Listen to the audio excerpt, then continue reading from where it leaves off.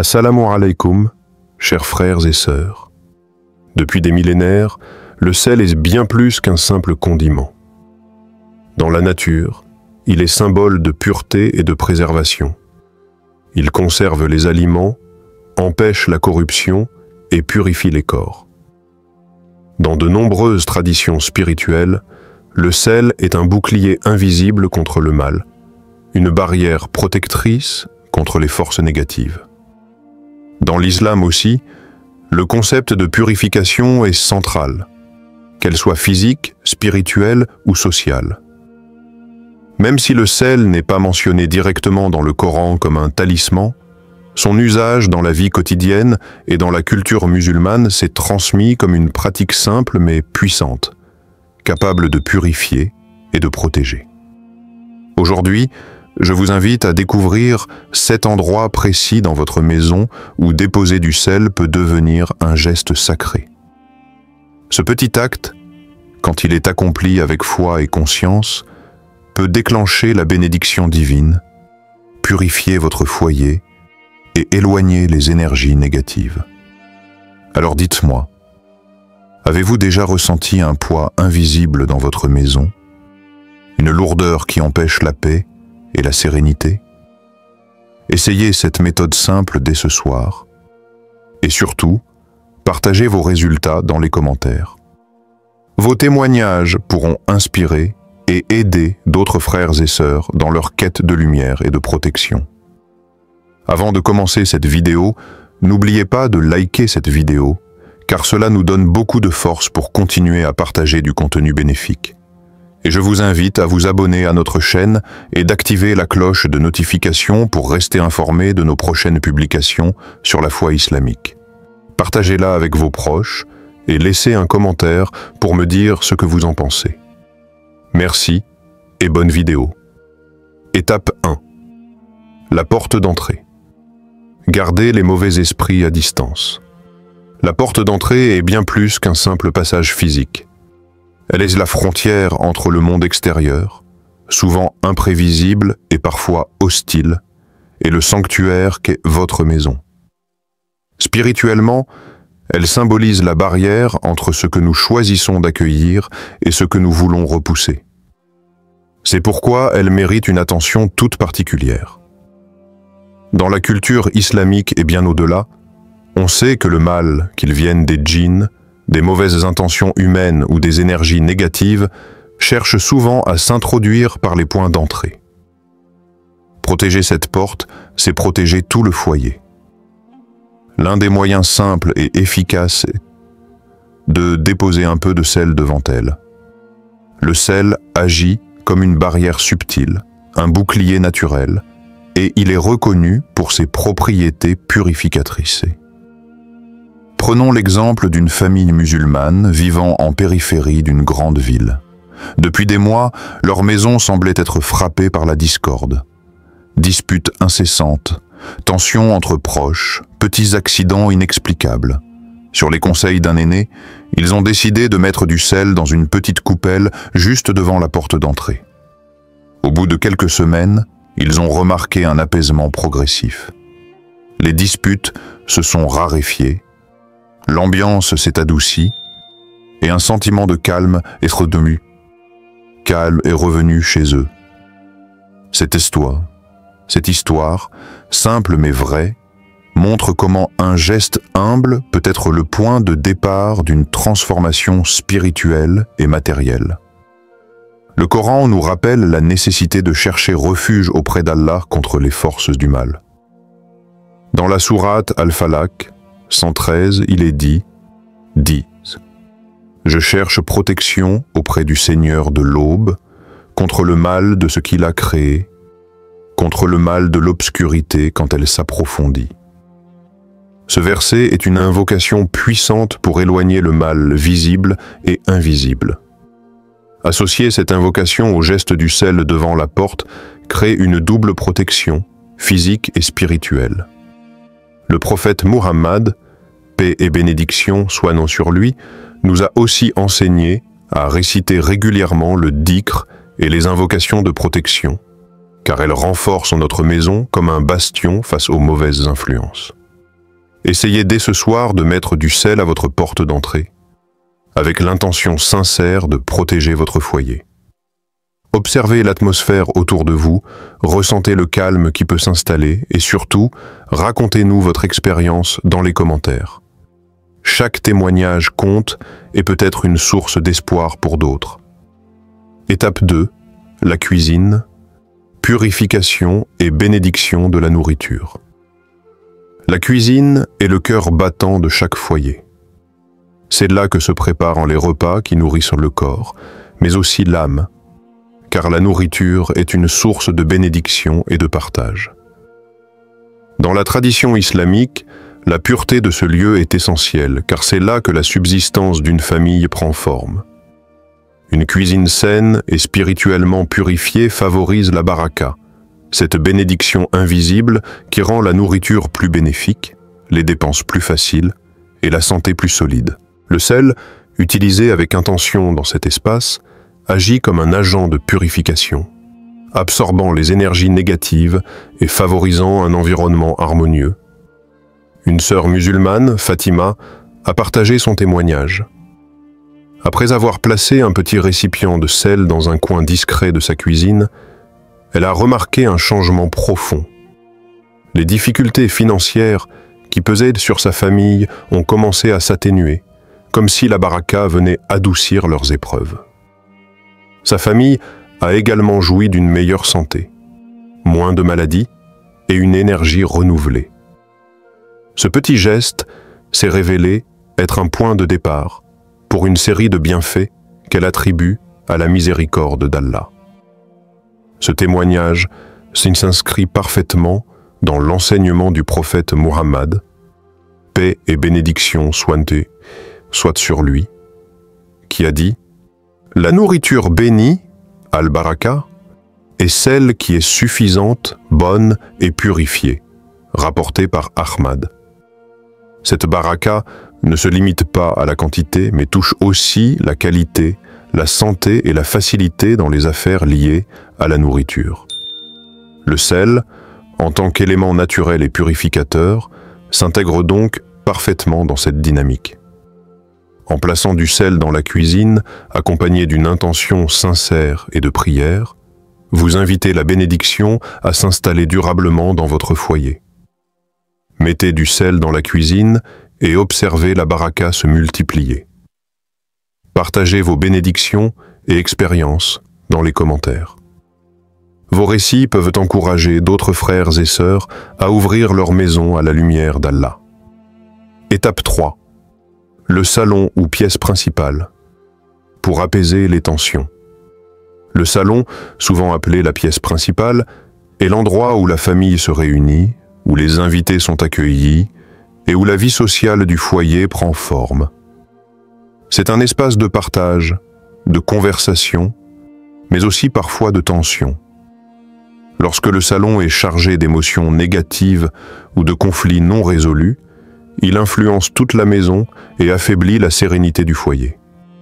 Spirituellement, purifier cet espace est essentiel pour rétablir la paix et l'harmonie. Mettre du sel dans le salon agit comme une purification énergétique qui aide à dissiper les rancunes, à calmer les esprits et à favoriser la réconciliation.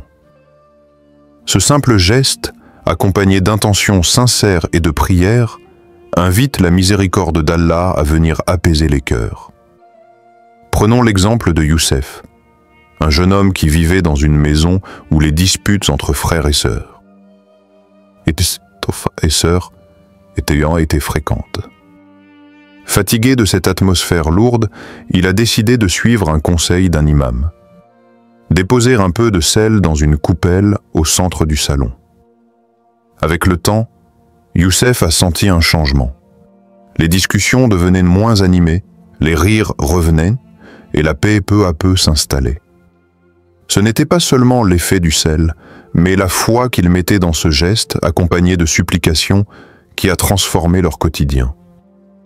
Le Coran insiste sur la valeur de la paix et de la réconciliation au sein du foyer.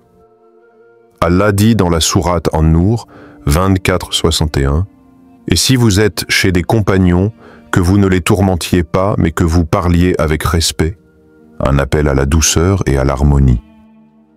Et plus encore, la paix dans la maison est un signe de la bénédiction d'Allah, qui apaise les cœurs et guérit les blessures. Ce verset nous rappelle l'importance de cultiver la paix autour de nous, et le geste du sel peut devenir un symbole visible de cette volonté profonde. Avez-vous déjà ressenti des tensions dans votre maison?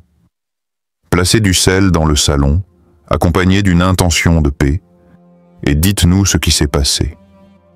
Vos expériences peuvent encourager d'autres à créer un foyer apaisé. Étape 4. La chambre à coucher. Protection du sommeil et des rêves.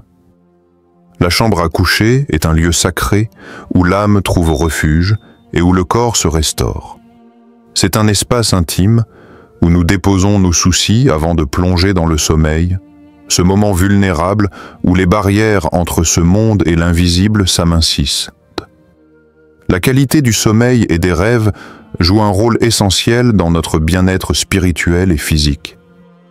Dans la tradition islamique, les rêves ont une importance particulière.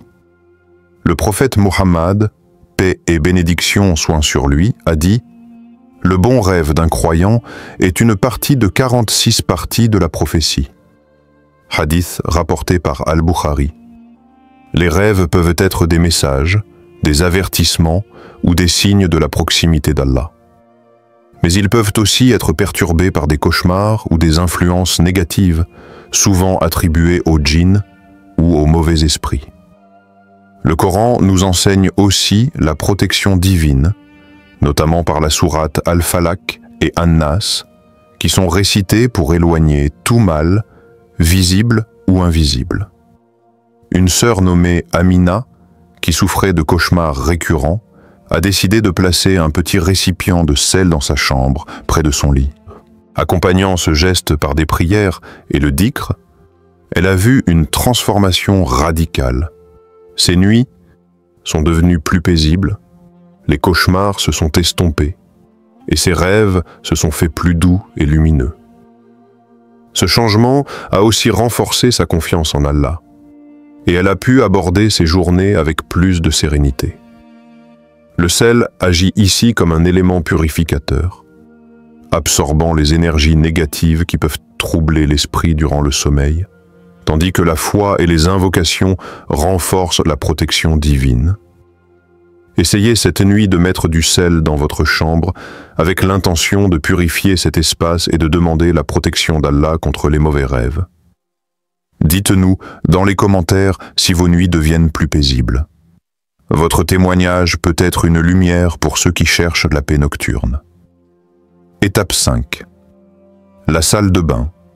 Purification spirituelle et physique. Dans l'islam, la pureté, c'est une condition essentielle à la fois pour la pratique religieuse et pour le bien-être spirituel. Le lien entre pureté physique et pureté spirituelle est très fort.